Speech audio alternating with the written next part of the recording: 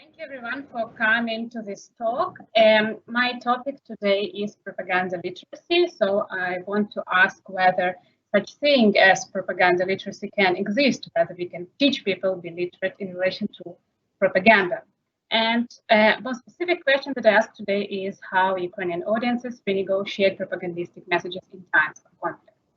And after the 2 days of the conference, I realized that I should probably give also my definition of propaganda, because many scholars define it really differently. So for me, propaganda is a form of public communication about political affairs that claims a monopoly on truth and thus legitimizes dissent. This is really important. Monopoly of truth and legitimization of dissent. All right, and so I want to proceed to what do I mean by renegotiating messages in times of conflict. So as you know, political issues are complex discursive structures that means that when people read or hear the news, they do not directly transmit information into their brains, but what they do, they deliberately select, transform, and adopt this information to mental models, existing mental models that were built upon media discourse, popular wisdom, and of course, personal experience that they have. And then how people treat propagandistic or any other political messages depends on their political knowledge, how logically extreme they are, and how do they trust the media. So how can we study processing of political discourse? In my research, I propose to look at the processing as not as an individual process that happens between me and the text, but as a broader social process that happens in my social environment. So if I watch the news, I then discuss them with my friends, with my family, with my partner, and I compare my opinions to opinions of the people who surround me, and then I come to a certain understanding.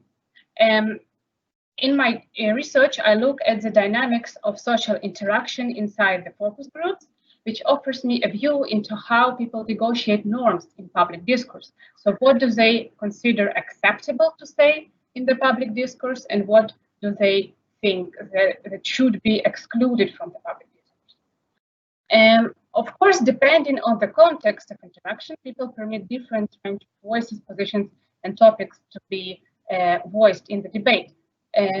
In my research, if we talk about the conflict, it would be different context from the regular times, right? From the day-to-day political times, and of course, different positions would be allowed to enter the public debate. In my study, I asked whether there is any uniform underlying logic of selection and rejection that people apply when it comes to propagandistic narratives. And I propose a way to understand this logic by looking at facts, perspectives, and voices that people deliberately exclude from the public debate. I addressed this question within the context of Russian-Ukrainian conflict that started in 2014 when Russia occupied a Crimean Peninsula. You see here in red in the map. And then the conflict shifted to the eastern Ukraine. And also tiny red dots you see here on the right of the map, when Russia supported local separatists movements, and all these military and paramilitary efforts of Russian government were also accompanied by vast propaganda effort. So Russia tried to mobilize this population who lives in the eastern Ukraine, and basically to reclaim this population as belonging traditionally, culturally to the Russian world. So this population would also join separatist movements and will join Russia eventually. So why was this propagandistic effort possible? First of all, because the population who lives in this territory speaks both Russian and Ukrainian, so they were able to consume information from both sides of the conflict, and both sides of the conflict supplied very different interpretations and competing narratives about the conflict.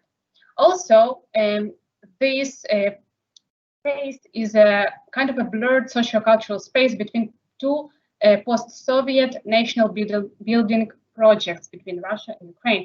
So the population has kind of this confusing, blurred collective identity. Where they belong? And that's why propaganda was able to instrumentalize these historical, cultural, competing narratives in order to mobilize this population. Okay, so when people who live in this confusing environment are trying to make sense about the conflict, here comes my research, because I'm very interested exactly in this situation when there is saturation, abundance of information, and not just any information, but conflicting and contrasting interpretations of the same events. So last summer I went to Ukraine, and I conducted focus groups in 3 different locations, in a big city, in a village, in a town. I had 2 groups in each location, one of younger participants of 19 to 65, one of older participants, and I reconvened each group at least 2 times. During the group sessions, we watched 2 fragments from Russian and Ukrainian news broadcasts. We compared them, discussed them, and of course, we also discussed different issues that concerned the conflict. It was pretty open and structured debate. All right, so when I started to analyze the material, I, of course, at first had to address media narratives. What are the media supplying to their audiences? And I extracted ideological narratives from both sides. Then I analyzed group interviews, first in bottom-up approach, as a grounded theory. Then I had certain theoretical concepts that I tried against the material. And also I had at least two participants whom I interviewed from each group after the group session. I asked them about their experiences, and I used these individual interviews as a triangulation technique in order to confirm the patterns that I found in the group discourse. And up to the findings. So as per the logic of selection and rejection that people apply to propagandistic narratives, I reconstructed two modes of information processing when it comes to propagandistic narratives. So the first mode is epistemic mode of processing, and the second is narrative mode of processing. It's important to note here that these modes of processing do not mean that one person is such like individual trait, like I'm processing only within the epistemic mode and my friend is processing only in the narrative mode. No, what I'm talking about is defining characteristics of interactions, of certain fragments of interaction, where I analyzed linguistic markers that I have there, and thereby I can define that in this fragment of interaction, people engage into mostly epistemic or mostly narrative mode of processing. So each of these modes has certain characteristics, motivation for engagement, so why people engage into this type of processing, criteria for information selection, and criteria for information exclusion. And we will dive into each of them, of course, in depth.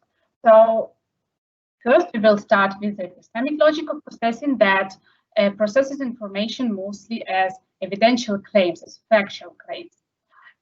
So motivation for engagement here is understanding. People are trying to understand, make sense what's going on. They are trying to be objective. They consider the range of sources. They also try to maintain distance between the participants' identities and their opinions. What does it mean? That if I think that your opinion is wrong, I do not think that you are a bad person. Okay, I do not delegitimize you. I do not exclude you from the debate. You still can talk to me and voice your opinions, but I will think that maybe it's something wrong with your sources, something wrong with how you understand them, but you are fine. You can still continue the debate with me. And people try to exclude from debate unwarranted facts, so they discriminate between facts and interpretations and try to arrive at common understanding about what's not true and why. So the debate that is guided by epistemic logic has, in a Habermasian sense, a rational potential of openness to reason and argument. So if speakers are processing the news in this mode, they basically can resolve their contestation without legitimizing the other side. And maybe it comes close to what Habermas defined as communicative action. All right. So this is an example of the debate that is guided by epistemic logic. I probably will let you read for a second and shut up here.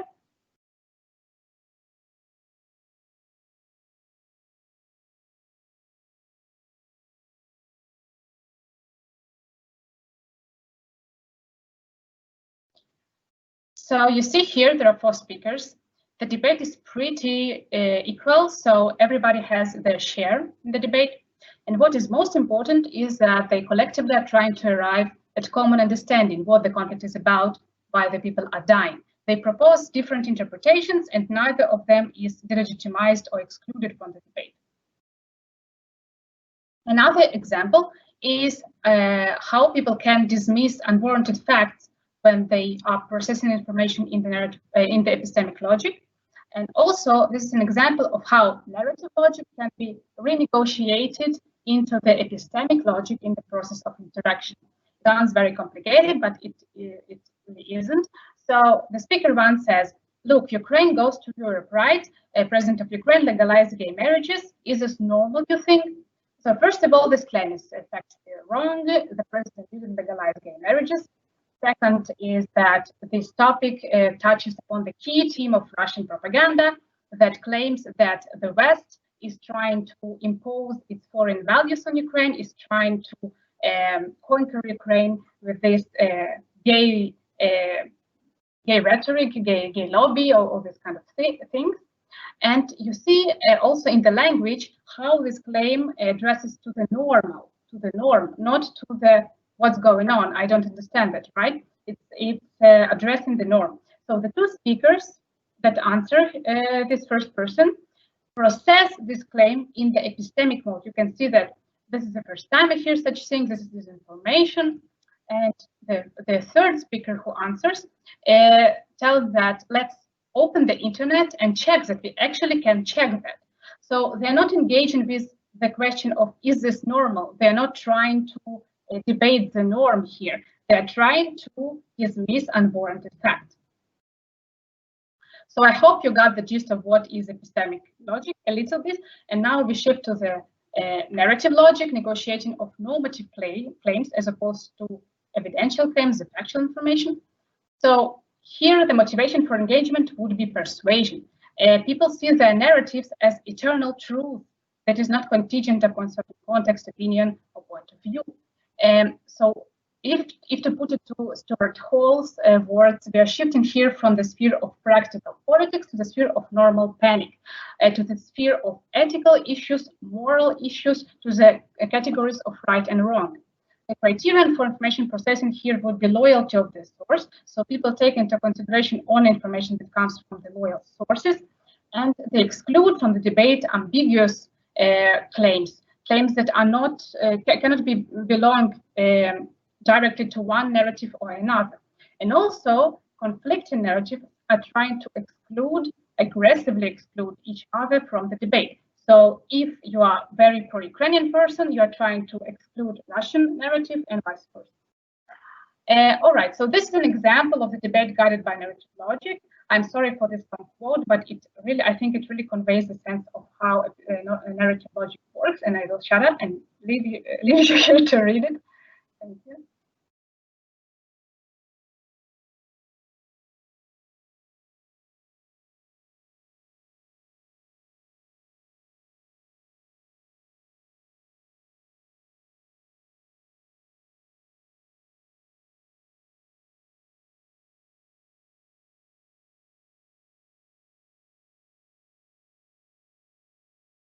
So you see here how speaker 1 is trying to construct the conflict as something that was always here.